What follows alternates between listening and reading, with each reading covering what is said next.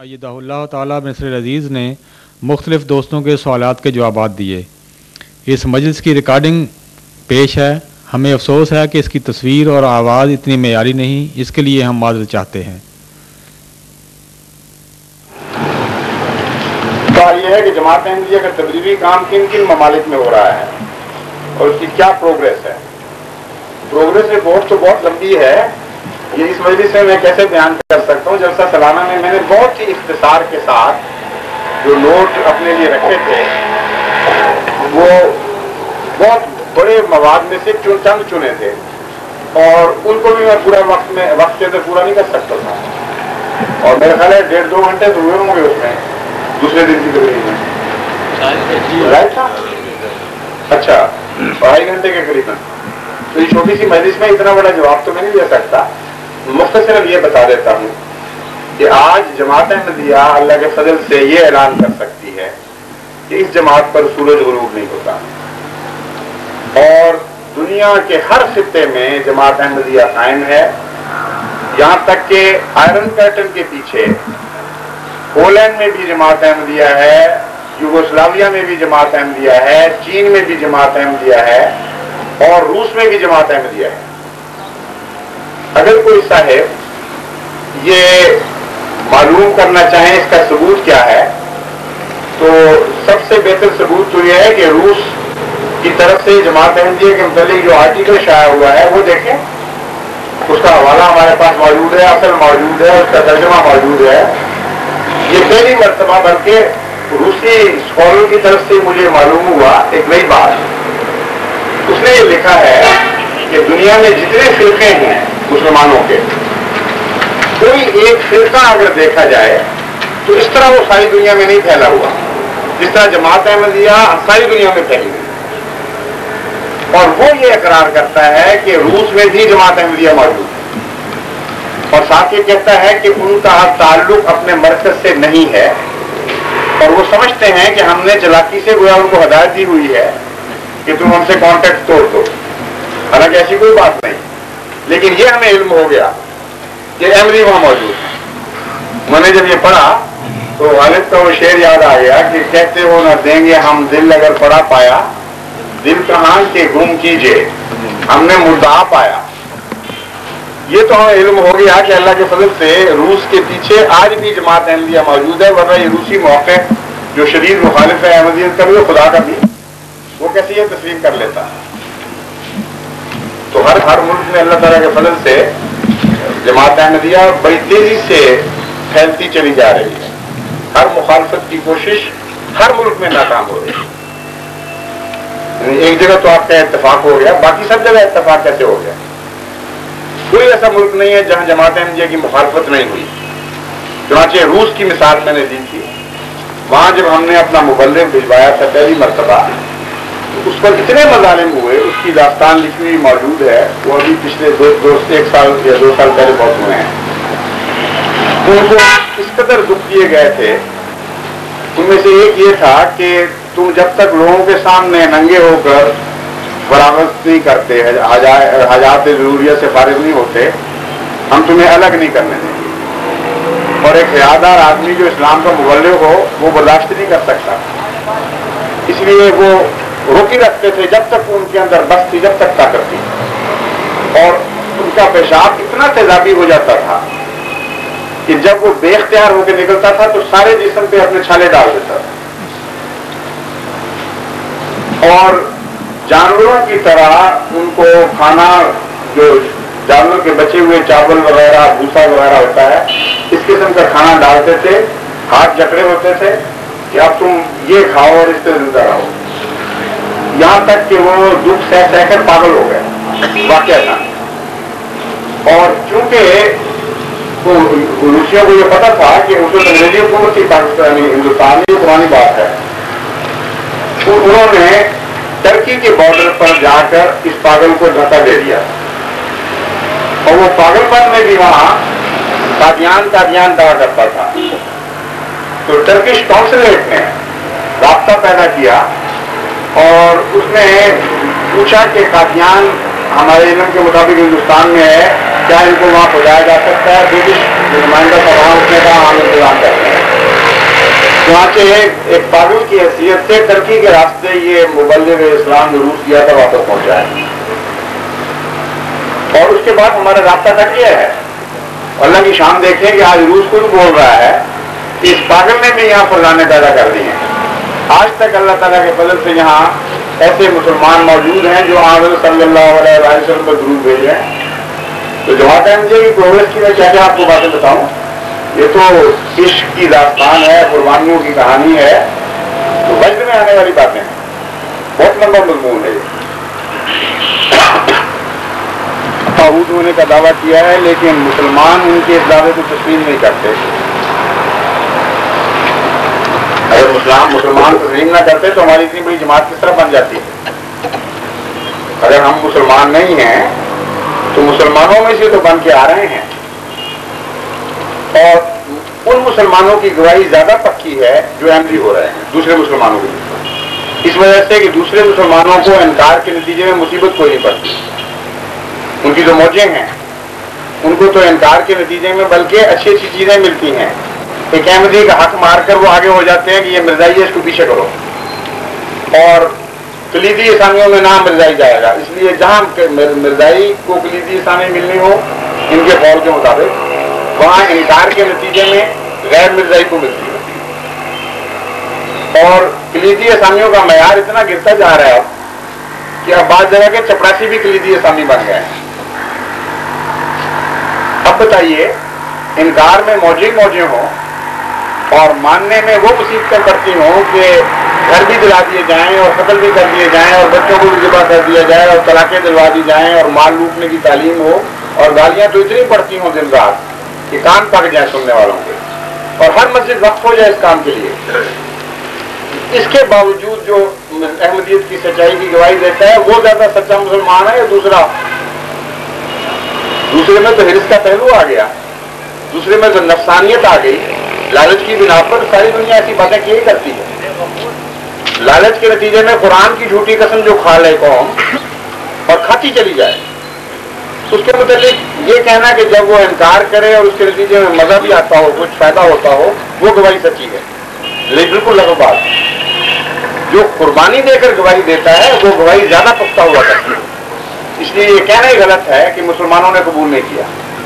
یہ کہنا چاہیے مسلمانوں میں سے انہوں نے قبول کیا جو مرد میدان تھے، جو موت کے منہ میں آنکھیں ڈال کر دیکھنے کی جرت کرتے تھے، جانتے تھے کہ گلیوں میں گھسیٹے جائیں گے اور تباہ و برباد کیے جائیں گے.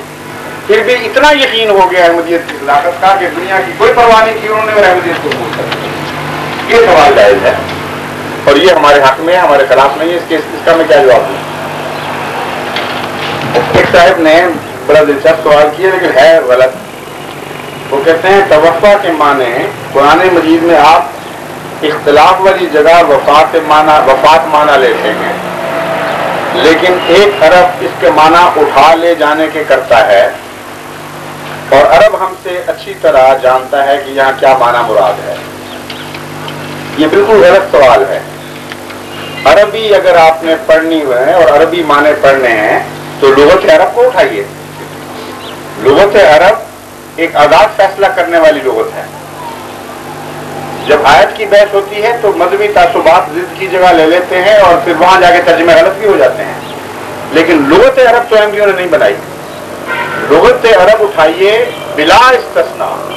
جب خدا فاعل ہو توفع کا اور ذی روح مفعول ہو جس کی جان ہے، تو دو معنوں کے سوا عربی لغت تیسرا معنی بتاتی کوئی. یا عارضی موت یعنی نیند، اور یا موت دائمی یعنی وفات، ہم جس کو ہم وفات کہتے ہیں وہ عربی لفظ وفات ہے، توفع. اس کے سوا ایک بھی تیسرا معنی عربی لغت سے ثابت ہے. اس لیے ان عربوں سے پوچھیں جو یہ ترجمہ کرتے ہیں کہ تم اہل عرب ہو کر اپنی لغت کے خلاف کیوں ترجمہ کرتے ہو. کم سے کم آج ہی لغت میں داخل کر دیا ہوتا.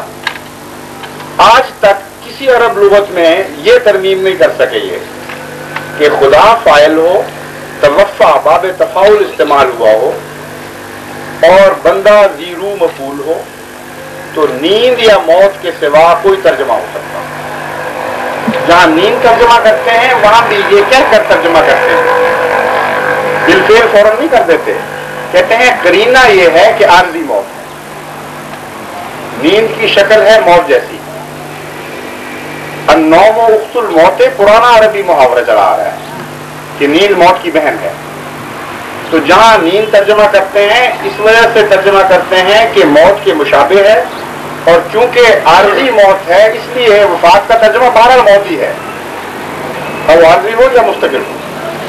تو حضرت عیسیٰ علیہ السلام تو توفا کے بعد ان دو موتوں سے بچ نہیں سکتے. ایک سے نکلیں گے تو دوسری موت میں جائیں گے، آسمان پر نہیں چڑھتے. توفا کا مطلب یا نیند یا موت، تیسرا معنی کوئی نہیں. احمد جماعت میں کیا رتبہ ہے نبی یا امام کا؟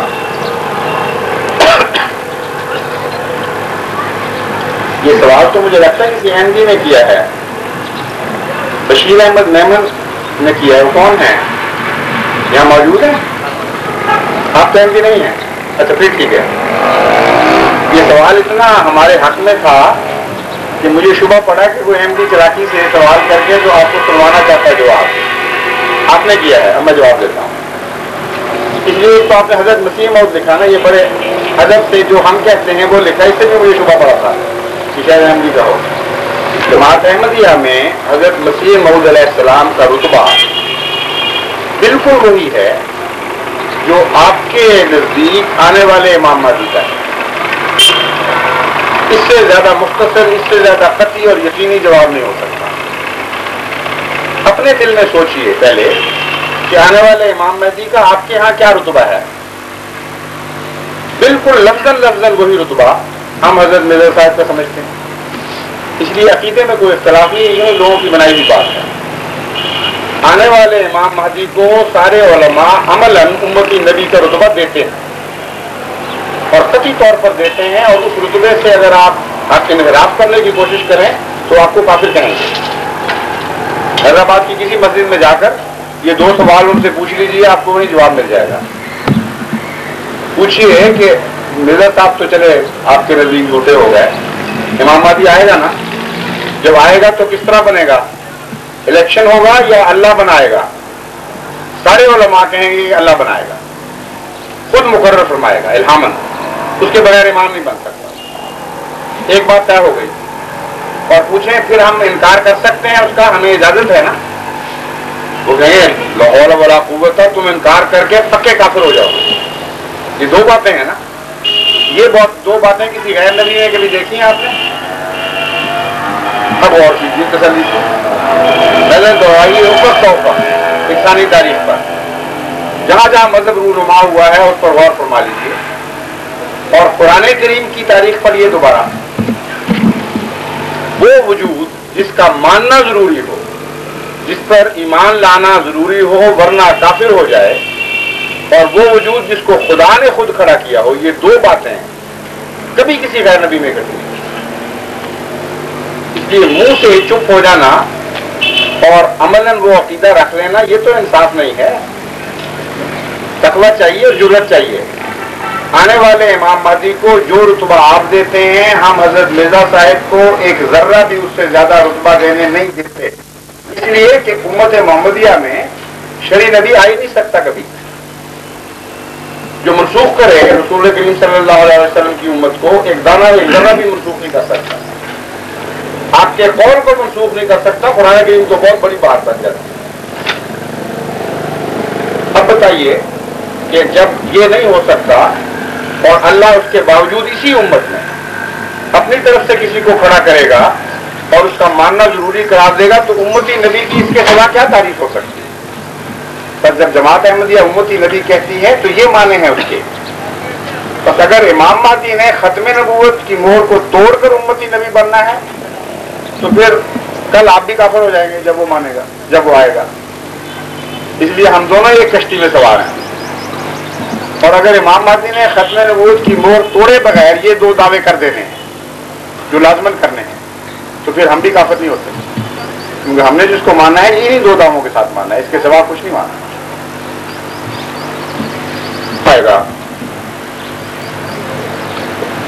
جس طرح آپ نے امام مہدی نہیں پہچانا، دجال بھی نہیں پہچانا. جو نظریں ظاہر پرست ہو چکی ہوں اور معنی باطنی معنوں کی طرف توجہ نہ کریں، ان کے سامنے ایک منظر ظاہر ہو بھی رہا ہوتا ہے اور وہ نہیں پہچانتے، یہ کرتے رہ جاتے ہیں بیچارے. اور یہ کوئی نئی کہانی نہیں، آدم سے لے کر اب تک یہی چلی ہے ساری کہانی. نوح آئے، کسی اور طرف سے توقع رکھ رہے تھے آنے کی، کسی اور طرح سے گئے، نہیں پہچانا. حضرت موسیٰ کو نہیں پہچانا، حضرت عیسیٰ کو نہیں پہچانا. پھر آسمان سے پہلے ایلیا اترے گا، پھر مسیح آئے گا. نہ کوئی بیچارہ ایلیا آسمان سے اترا، نہ ان کے نزدیک مسیح آئے. آسمان کی طرف نظریں دیکھ رہی تھی، پیدا ہونے والا زمین سے ہو گیا تھا. تو یہ ہے واقعہ جو اصل حقیقت رکھتا ہے، اس پر غور کریں. یہ غیر مبدل حقیقت ہے کہ ہمیشہ قومیں گزرتے ہوئے حالات کو سرسری نظر سے دیکھ جاتی ہیں اور نہیں پہچان سکتی، اور ذرا گہری نظر سے آپ مطالعہ کریں تو وہ اچانک آپ کو نظر آنا شروع ہو جاتا ہے واقعہ کیا رونما ہو رہا ہے. حضرت مسیح موعود علیہ السلام کے معاملے میں جس طرح نشانیاں اور دی ہیں، ایک دجال کے آنے کی بھی نشانی تھی کہ دجال ظاہر ہوگا، اور اس کی تفصیل بیان فرمائی ہے حضور صلی اللہ علیہ وآلہ وسلم. اس کے اپنے وجود کے متعلق فرمایا وہ کانا ہوگا، ایک آنکھ سے دیکھے گا، لیکن آنکھ کا مقرر فرما دیا کون سی آنکھ؟ فرمایا بائیں آنکھ، لیفٹ آئی، بڑی نمایاں اور روشن اور ابری ہوئی ہوگی، اور پاتال تک کی خبر لائے گا وہ اس آنکھ سے. اور دائیں آنکھ اندھی. پھر فرمایا وہ بہت بڑا وجود ہوگا، عظیم الشان، اتنا اونچا قد و قامت میں کہ جب وہ گدھے پر بیٹھ کر اپنے سفر کرے گا تو اس کا سر بادلوں سے اوپر دکھائی دے گا اور نیچے سے نظر نہیں آئے گا، گویا اتنی دور ہوگا سر اس کا. یعنی مخفی ہوگا اس کا دماغ لوگوں سے، اور وہ پیچھے ہٹا ہوا کوئی کاروائیاں کر رہا ہوگا. یہ تو خیر بات کی بات ہے، میں پہلے ایک ظاہری باتیں بتا دوں آپ کو. پھر حضرت صلی اللہ علیہ وسلم نے فرمایا وہ ساری دنیا کو فتح کرے گا اور اس کے مقابلے کی طاقت نہیں ہوگی کسی کو. کوئی اس سے ظاہری ہتھیاروں سے لڑ کر اس کے اوپر غلبہ نہیں پا سکے گا، اتنی وہ طاقتور چیز ہے. پھر آپ نے فرمایا کہ اگر تم لوگوں کو نہ سمجھ آئے کہ دجال کیا ہے تو اس کے گدھے پر غور کرو. اس کے گدھے کی بھی بات صفات ہے، وہ آگ کھائے گا اور آگ کی طاقت سے چلے گا، اور عام گدھوں کی طرح کا نہیں ہوگا. اس کے پیٹ کے اندر سواریاں بیٹھیں گی اور اندر روشنیاں بھی جلتی ہوں گی اس کے پیٹ کے اندر، اور دائیں اور بائیں اس کے پہلوؤں میں دروازے اور کھڑکیاں ہوں گی، سوراخ ہوں گی. یہ لفظ ہیں، ان سوراخوں کے ذریعے لوگ اس میں داخل ہوا کریں گے. فرمایا وہ منزلیں مقرر کرتا ہوگا اور ہر منزل کے لیے روانہ ہونے سے پہلے اعلان کیا کرے گا کہ میں جانے لگا ہوں، جن صاحب نے آنا ہے وہ آ کے اندر بیٹھ جائے. یہ گدھا اعلان کر رہا ہوگا. اور فرمایا کہ وہ تمہاری سواریوں کی طرح نہیں ہوگا، بہت تیز رفتار ہوگا، مہینوں کا سفر گھنٹوں میں طے کر لے گا. پھر فرمایا کہ وہ صرف خشکی کا گدھا نہیں ہے. تمہارا گدھا تو پانی میں ڈوب جاتا ہے، وہ گدھا سمندر میں چلے گا اور گھٹنوں گھٹنوں پانی آئے گا، اس سے زیادہ نہیں. عجیب سا گدھا ہے نا کوئی. اور پھر فرمایا کہ وہ صرف خشکی اور تری کا نہیں، وہ فضا کا گدھا بھی ہے. وہ بادلوں سے اوپر اڑے گا اور اس کی منزلیں بعض ایسی ہوں گی کہ ایک یعنی اڑنے والی منزل کا نقشہ یہ کھینچا ہے کہ ایک قدم مشرق میں ہوگا تو دوسرا مغرب میں پڑے گا. اب کوئی ہے ایسا جس کو اس گدھے کی سمجھ نہ آئی ہو؟ ذرا اور کیجیے. آج کل کی دنیا میں جو سواریاں ہیں، اگر یہ وہ گدھا نہیں ہے تو پھر اور سینگوں والا گدھا چاہیے آپ کو. تھوڑا سا تصور فرمائیے کہ کبھی دنیا میں کسی نبی نے اتنی شان کے ساتھ وضاحت کی پیشگوئی نہیں کی جتنی حضرت محمد مصطفیٰ صلی اللہ علیہ وسلم نے اس زمانے کے متعلق پیشگوئی کی. اور اس شان کی پیشگوئی ہے کہ دہریوں کے منہ بند ہو جاتے ہیں، یعنی کوئی چارہ نہیں ہوتا ان کے لیے سوائے خاموشی کے. کئی دفعہ میرے پاس اشتراکی بڑے انتہا پسند دہری آئے ہیں، باقی دلیلیں منطقی دیتے ہیں. میں کہتا ہوں کہ باقی چھوڑو، تم مجھے پہلے یہ بتاؤ کہ اس زمانے کا انسان جو حضرت محمد مصطفیٰ صلی اللہ علیہ وسلم کا زمانہ تھا، کیا کسی بھی امیجینیشن کی ایکسٹینشن سے، کیا تصور کی کسی چھلانگ کے ذریعے سے ایسی پیشگوئی کر سکتا تھا جس کا ہر جز درست نکلے، اور اس کا وہم و گمان بھی اس وقت کا انسان نہ کر سکتا؟ جب تک کسی علیم و خبیر ہستی نے یہ نقشہ کھینچ کر نہ دکھایا ہو، اس وقت تک کوئی انسان یہ کلام نہیں کر سکتا۔ اتنی تفصیل تو میں چلنے سے پہلے اعلان کیا کرے گا کہ آنا ہے جس نے آگے بیٹھ جاؤ۔ اور دیکھیے بسیں بھی جب چلتی ہیں تو کھڑکھڑ ہوتی ہے، اس کی کلینر 2 ہاتھ مار دیتا ہے۔ کیوں اس کا ہاتھ چلتا ہے؟ محمد مصطفیٰ صلی اللہ علیہ وسلم کی غلامی میں چلتا ہے، اس کو پتہ نہیں۔ اس لیے چلتا ہے کہ اللہ نے مقدر کر دیا ہے کہ یہ زمانہ مطیع رہے گا محمد مصطفیٰ کا، چاہے منہ سے مانے یا نہ مانے۔ جب وزن دیتی ہے گاڑی تو محمد مصطفیٰ کی غلامی میں دے رہی ہوتی ہے۔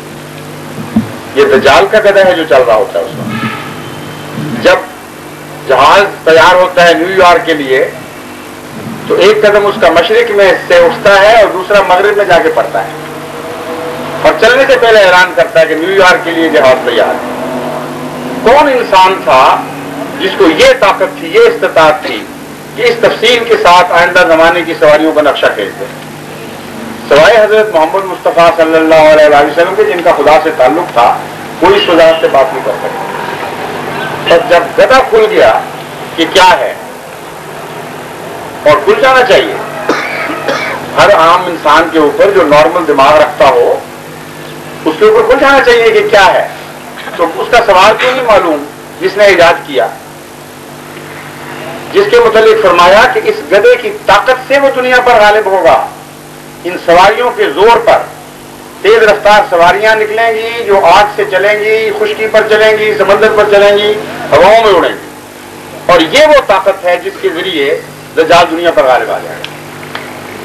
یہی ہوا ہے ہماری آنکھوں کے ساتھ۔ آپ کس دجال کے منتظر ہیں؟ وہ تو آ بھی گیا اور آپ پر غالب بھی آ گیا، اور حضرت مسیح موعود علیہ السلام کے دعوے کے بعد سے اس نے سمٹنا بھی شروع کر دیا ہے۔ ہاں حضور نے فرمایا تھا وہ نمک کی طرح پگھلے گا، آہستہ آہستہ سکڑتا سکڑتا واپس جا رہا ہوگا۔ انگریزی حکومت مشرق سے مغرب تک تھی، جس طرح آج احمدیت پہ سورج غروب نہیں ہوتا، کل ان پر غروب نہیں ہو رہا تھا، آج ان پر ہر طرف سے سورج غروب ہو چکا ہے، سمٹ گیا ہے وہ۔ بس مغربی عیسائی قومیں ہیں جو دجال تھی۔ عظیم الشان وجود سے مراد یہ ہے بہت عظیم الشان قوم، ایک شخص سے قوم مراد ہوتی ہے، یہ علم رویا جاننے والے جانتے ہیں، اور علماء کے لیے اس سے زیادہ قابل احترام اور کیا تعبیر ہو سکتی ہے کہ حضرت اقدس محمد مصطفیٰ صلی اللہ علیہ وسلم نے خود یہی تعبیر فرمائی۔ ایک صحابی نے رویا دیکھا کہ ایک عرب پرانا بادشاہ نئی شان نئی سج دھج کے ساتھ دوبارہ دنیا میں آ گیا، تو وہ ڈر گیا۔ اس نے حضور اکرم صلی اللہ علیہ وسلم سے ڈرتے ڈرتے ذکر کیا کہ میں نے بڑی منذر خواب دیکھی۔ آپ نے فرمایا منذر خواب؟ یہ تو پوری بھی ہو گئی ہے سوال۔ بادشاہ سے مراد عرب قوم ہے۔ اب دیکھ لیجیے، ایک شخص اس نے دیکھا، حضور اکرم فرماتے ہیں عرب قوم مراد، اور اس کے اوپر جو رونق تم نے دیکھی، جو نئی شان دیکھی، وہ میرے آنے سے مل گئی ہے تمہیں۔ میں جو آیا تو نئی بہاریں آ گئی، نئی رونق آ گئی تمہارے چہروں پر، نیا لباس تقویٰ تمہیں عطا ہوا، تمہاری خواب تو پوری ہو گئی ہے مبشر رنگ میں، اور تم ڈر رہے ہو کہ پتہ نہیں کیا مطلب ہے۔ تو تعبیر کس نے کی؟ حضرت محمد مصطفیٰ صلی اللہ علیہ وسلم۔ آپ کے کشفی نظارے کا ترجمہ آپ سے پوچھ کر ہوگا، اور یہ تو اتنی کھل گئی ہے بات کہ آپ کو ضدی کرے تو اور بات ہے، ورنہ اس کو پہچاننے میں دجال کو کوئی مشکل نہیں ہونی چاہیے۔ اب باقی مضمون سے ملا لیجیے اس حدیث کے باقی الفاظ سے، تو جس طرح فلم انفولڈ ہوتی ہے اس طرح یہ ساری کہانی دجال کی کھلتی چلی جاتی ہے۔ جس حدیث میں دجال کا ذکر ہے اس میں کچھ اور بھی باتیں ہیں۔ مثلا یہ بھی فرمایا ہے مسیح جب دجال کو قتل کرے گا، میں اس حدیث کی طرف اشارہ کر رہا ہوں، اس میں فرمایا وہ صلیب کو توڑے گا، وہ سور کو مارے گا، یعنی دجال کے ساتھ دو اور چیزیں بھی باندھی گئی۔ دجال کا کچھ تعلق سور اور صلیب سے ہے، تبھی ان چیزوں کو اکٹھا کیا۔ تو جو گدھے نے بات ہمیں سمجھا دی جس کو پہلے انسان نہیں سمجھ سکتے تھے، اس سے یہ قوم نکلی جس کی سلیب جس کا خدا بن گئی، اور سلیب اس کے مذہب کی نشانی بن چکی، اور سور کھانے میں بھی سب سے زیادہ ہیں، اور سور جیسی تہذیب بھی ان کی ہو چکی۔ اب دنیا کے پردے پر کسی جگہ اگر سور اور سلیب کا لفظ اکٹھا بولا جائے تو بتائیے کون سی قوم ذہن میں آئے گی؟ مغربی عیسائی قومیں۔ یہ دو لفظ اکٹھے ہو کر کسی تیسری طرف اشارہ نہیں کرتے، تو مضمون تو مل گیا، مربوط ہو گیا، ایک دوسرے کے آگے پیچھے پڑا ہوا ہے۔ دجال کا گدھا، دجال، سلیب کے پجاری، سور کھانے والے اور سور جیسی تہذیب بنانے والے، فرمایا مسیح آئے گا تو ان کو ختم کرے گا، ان سے مقابلہ کرے گا۔ اب بتائیے یہ سارے تو ہو گئے روحانی معنی، تمثیلی معنی۔ اس روحانی اور تمثیلی معنی میں اصلی مسیح کہاں سے بیچ میں سج جائے گا؟ کلام جس نہج پر چل رہا ہو اسی نہج میں سارے ترجمے کرنے پڑتے ہیں، بس مسیح بھی اصلی نہیں ہے، وہ بھی تمثیلی ہے، جس طرح گدھا تمثیلی ہے، جس طرح سور تمثیلی ہے، جس طرح سلیب تمثیلی ہے، جس مسیح نے ان کو مارنا ہے وہ بھی تمثیل ہے۔ خواب کی دنیا میں آپ جسم سمیت نہیں گھس سکتے، وہ الگ دنیا ہوتی، تو یہ تو ساری دنیا ہی تمثیلات کی نکلی۔ اس لیے جماعت احمدیہ جب کہتی ہے کہ تمثیلی مسیح آئے گا تو ان احادیث کے مضمون نے جماعت کے اس عقیدے کو مزید تقویت عطا دی۔ حضرت مرزا غلام احمد صاحب قادیانی کی کسی کتاب میں یہ لکھا ہے جس کا نام مجھے یاد نہیں، کہ قیامت رسول اللہ صلی اللہ علیہ وسلم نے فرمایا ہے کہ قیامت 14ویں صدی میں آئے گی۔ جس طرح آپ کو نام یاد نہیں مجھے بھی یاد نہیں، ایسا کہیں نہیں لکھا حضرت مسیح موعود علیہ السلام نے، اس لیے وہ اصل نکالیے پھر پتہ چلے گا۔ فرضی اعتراضات ہیں، بعض استنباط ہیں جن کے نتیجے میں حضرت مسیح موعود علیہ السلام نے اپنے مخالفین کو الزامی جواب دیے ہیں، اور ان میں بعض باتیں ہیں مجھے اس کی یہ تو بہرحال نہیں ہے جو اس طرح یہ لکھ رہا ہے، اس لیے اصل طریق یہ تھا کہ جس کتاب میں آپ نے پڑھا تھا اس سے لکھ لیتے، پھر بڑی آسانی سے معاملہ طے ہو جاتا۔ دوسرا یہ ہے کہ علماء نے بہت تحقیق کی ہے مسیح السلام کے مخالفانہ، آپ کسی وقت ان سے پوچھ لیجئے کہ کس کتاب میں یہ بات لکھی، پھر وہ مجھے دکھائیے، میں آپ کو اس کا جواب دوں گا۔ پہلے دیکھو مجھے کہ لکھا کیا ہے اور کہاں لکھا ہے۔ ہاں جی، کہتے ہیں مرزا غلام احمد نے مسیح موعود علیہ السلام نے جو مباہلہ ثناء اللہ صاحب سے کیا تھا اس میں جیت کس کی ہوئی اور کس کی زندگی میں دوسرے شخص کی موت واقع ہوئی، یہ ہے ان کا سوال۔ مرزا مولوی ثناء اللہ صاحب کو بڑی لمبی زندگی ملی، اور حضرت مسیح موعود علیہ السلام کے وصال کے بعد وہ پارٹیشن کے بعد فوت ہوئے، تو علماء یہ کہتے ہیں کہ دیکھو مباہلہ تو یہ ہوا تھا، اور حضرت مرزا صاحب نے یہ لکھا تھا ان کو کہ جو سچا ہو وہ زندہ رہے اور جھوٹا سچے کی زندگی میں ہلاک ہو جائے۔ اس لیے مرزا صاحب کے اس چیلنج کے باوجود جب ثناء اللہ زندہ رہا تو مرزا صاحب کا اپنا جو معیار تھا وہ ان کے خلاف جا پڑا۔ پھر تو لوگوں کو کیا حق ہے کہ مرزا صاحب کو سچا مانتے ہو؟ وہ خدا تعالیٰ نے ثناء اللہ کو لمبی زندگی دی اور مرزا صاحب کو چھوٹی زندگی میں اس کے سامنے اٹھا دیا۔ اتنا وہ آپ کو بتا دیتے ہیں، اگلی بات نہیں بتاتے کہ جب مولوی ثناء اللہ صاحب کو حضرت مسیح موعود علیہ السلام کا یہ پیغام ملا تو انہوں نے اپنے اخبار میں اس کا جواب لکھا اور فرمایا کہ تم نے بالکل غلط معیار قائم کیا، اگر یہ معیار سچا مانا جائے تو محمد مصطفیٰ صلی اللہ علیہ وسلم کو خدا تعالیٰ مسلمہ کذاب کی زندگی میں نہ مارتا، اس لیے میں تو اس معیار کا قائل ہوں کہ جھوٹے کی رسی دراز کی جاتی، یہ لکھا انہوں نے جواب میں۔ کہتے ہیں میں تمہاری بات کو مانتا ہی نہیں، اس معیار سے ہمارا مقابلہ ہوگا، اور مسلمہ کذاب کا نام لیا اور کہا کہ محمد مصطفیٰ صلی اللہ علیہ وسلم کی زندگی میں مسالمہ کذاب نہیں مرا ہے، وہ بعد میں مرا ہے. اس لیے یہ مقابلہ مجھ سے کرو کہ دیکھتے ہیں کون بعد میں مرتا ہے اور جھوٹا ثابت ہوتا ہے، اور کون جھوٹے کی زندگی میں سچا پہلے مر جاتا ہے. اور ساتھ ایک کلمہ عجیب خدا نے لکھوا دیا کہ میں تو اس بات کا قائل ہوں کہ جھوٹے کی رسی دراز کی جاتی ہے. اب دیکھیے کہ کتنی رسی دراز ہو جاتی ہے. حضرت مسیح علیہ السلام نے یہ بھی لکھا کہ اگر تمہیں یہ منظور ہے تو اپنے رسالے میں شائع کر دو تاکہ لوگوں کو معلوم ہو جائے. اس لیے معلوم ہوا کہ دو طرفہ فیصلہ تھا، یک طرفہ بات نہیں تھی، مگر انہوں نے تو یک طرفہ بات کر دی کہ وہ منظور نہیں ہے، یہ منظور ہے. اس لیے اب ہم دیکھتے ہیں کہ کیا فیصلہ ہوتا ہے.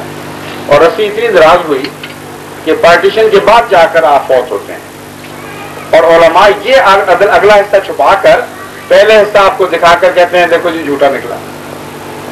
اب ان سے کیا ان کو مقابلہ کرے بیچاروں سے جو آدھی باتیں چھپاتے ہیں اور آدھی ظاہر کرتے ہیں. کسی نے اگر اصل ان کا اخبار دیکھنا ہو، مولوی ثناء اللہ صاحب ہمارا طریقہ جس میں یہ ساری بات لکھی ہے، تو جب بھی آپ کو ربوہ کو آنے کا موقع ملے اصل اخبارات وہاں لائبریری میں موجود ہیں. اور دوسرے لاہور لائبریری میں بھی پتہ کر سکتے ہیں آپ، وہاں بھی ممکنہ ہو. لیکن برٹش لائبریری میں تو سارے اس زمانے کے اخبار آج بھی موجود ہیں. ہمارے اس اخبار کا اعتبار نہ ہو تو وہ پرانا اخبار نکال کے دیکھ لیجیے. دوسرے یہ کہ جماعت احمدیہ اس دن سے اپنی کتابوں میں اس اخبار کا حوالہ دے رہی ہے، اور آج تک علماء نے یہ نہیں الزام لگایا کہ تم جھوٹ بول رہے ہو، اخبار میں نہیں لکھا ہوا. اس سے بھی ثابت ہوتا ہے کہ لکھا ہوا تھا تو وہ چپ کر گیا نا اس بات میں. 1:30 بجے اچھا، بعض لوگوں کو بھوک لگ جائے گی، بعضوں کی بھوک مر جائے گی بات سنتے سنتے، اس لیے یہ فیصلہ بڑا مشکل ہے. انہوں نے فرمایا 1:30 بجے، اور یہ سوال تو 1:30 بجے تک نہیں ختم ہوتے، اس لیے تھوڑا سا اور لمبا نہ کر لیں. اگر دوست تھک گئے ہوں تو اور بات ہے، ورنہ میں نہیں تھکا. اگر دوست سوالوں کا جواب چاہتے ہوں ان کا، یعنی ان میں سے کچھ کا، اور تو ہم 15 منٹ بڑھا بھی سکتے ہیں. تو اجازت ہو تو 1:45 ختم کر دیا جائے بجائے 1:30 کے. جی بے شک 2 بجے. سب کو شرح صدر ہے. جزاک اللہ.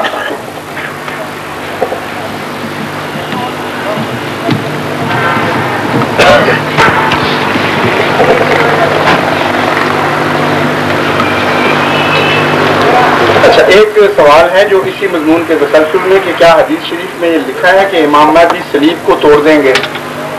امام مہدی کے متعلق نہیں لکھا، آنے والے مسیح کے متعلق جس نے نازل ہونا ہے اس کے متعلق لکھا ہے کہ مسیح نازل ہوگا تو صلیب کو توڑے گا. اب بڑی زبردست باتیں آپ کے پاس سے گزرتی ہیں یہاں سے، یہ حرم بند نہیں ہو رہا ہے. لکھا یہ ہے کہ مسیح موعود جو نازل ہوگا وہ صلیب کو توڑے گا. تو جیسا کہ میں نے بیان کیا تھا وہ سارا مضمون اس سے پہلے بحث گزر چکی ہے، تمثیلی ہے. یعنی صلیب سے مراد ظاہری صلیب نہیں، جس طرح گدھے سے مراد ظاہری گدھا نہیں. اس لیے ہمارا اور دوسرے علماء کا یہ اختلاف ہے بنیادی. باقی علماء کہتے ہیں کہ دجال بھی کانا دیو آئے اور ساری دنیا کو تباہ کرے تب جا کر مسیح نازل ہوگا. یعنی ابھی کافی نہیں ہوئی، ابھی بہت کچھ ہونا باقی ہے. اور گدھا بھی سچ مچ کا آئے آگ کھانے والا اور پیٹ میں سواریوں کو بٹھانے والا تب جا کے ہوگا. اس کی تو وہی مثال ہے کہ نہ 9 من تیل ہوگا نہ رادا ناچے. نہ اس قسم کا گدھا آئے، نہ اس قسم کا کانا آئے، اور نہ کوئی اللہ کی طرف سے ان کے اوپر آ کے بیٹھے امام تم یوں کرو اور یوں نہ کرو. اس لیے یہ فرضی قصے ہیں. واقعہ یہ ہے کہ تمثیلی کلام ہے، اور تمثیلی کلام جو نہیں مانتے وہ یہ بھی ساتھ مانتے ہیں کہ مسیح آ کر دلوں میں گھس جائے گا اور ساری دنیا کے ظاہری سور مارے گا. عجیب نبی ہے. ہمارے ہاں تو وہ مسلی مارتے ہیں سور، اور کبھی کسی نبی کے سور خدا نے یہ کام نہیں کیا تھا.